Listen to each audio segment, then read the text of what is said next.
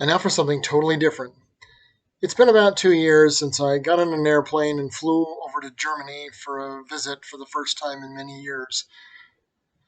I boarded Delta Airlines flight here in Las Vegas in order to fly over to Frankfurt, Germany. Amongst the other passengers situated near me were a series of Boss F, which is a German company, employees, all from other nations who apparently spoke no English and but who did speak German with one another.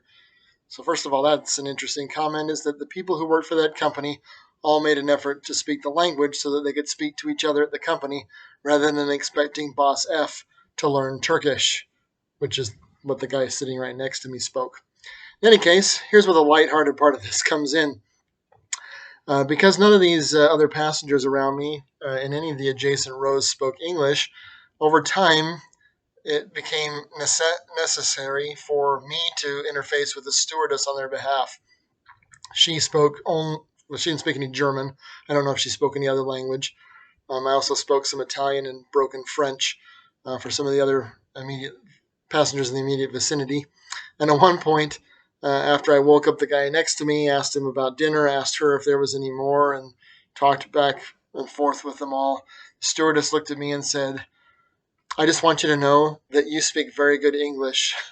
And I laughed and said, I hope so. And the guy next to me said, what did she just say that was so funny? And I said, she complimented me for my English. And he said, it's actually really very good. And I said, I hope so.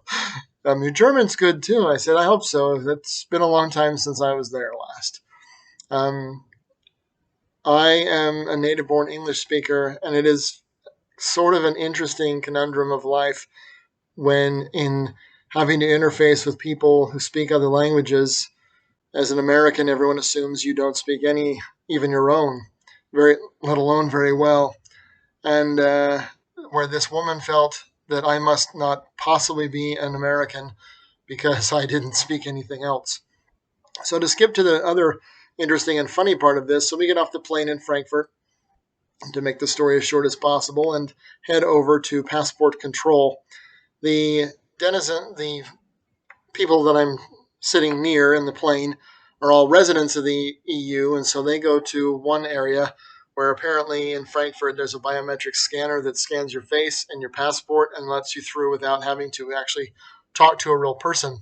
I walk up to the foreigner control access, and the security guard, border agent who there, a German woman, speaks to me in German and asks me if I'm in the wrong line.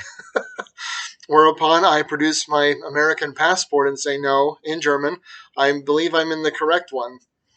We go back and forth for a little bit of time. She asks me, uh, assumes that I'm in the American Army because there is a large American contingent in the Frankfurt area still, persisting from the end of the Second World War, thinking that perhaps that's why I speak German well. If she only knew how few people stationed at Ramstein spoke any German at all.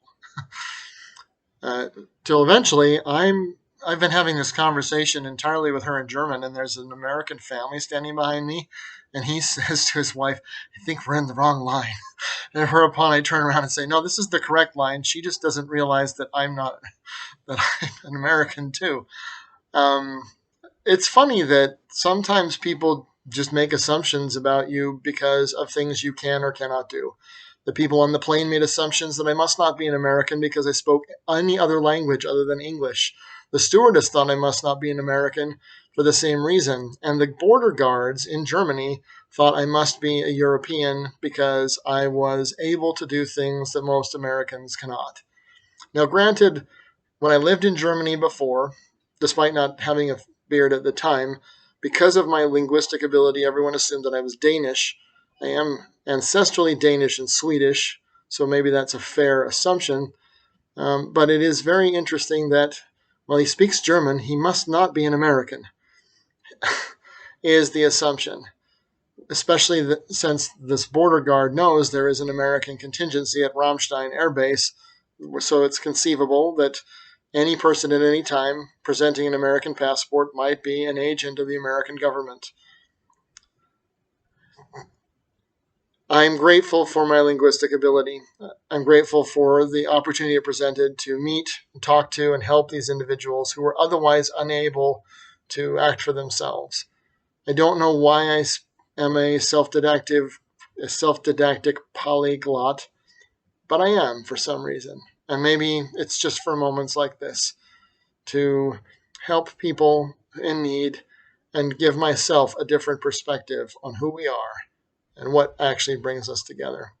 Words offer the opportunity to communicate, to give meaning to our lives. And if we cannot accurately articulate our thoughts, we cannot possibly expect people to understand us, even if they speak our language.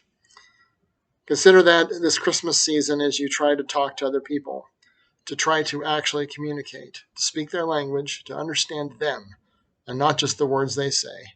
As we learn more about the people and come to understand them, we will, as Americans have for Germans since the Second World War, realize that under different circumstances in the 1940s, Americans and Germans might have actually been friends, because after all, we are all brothers. Godspeed and have a good Christmas.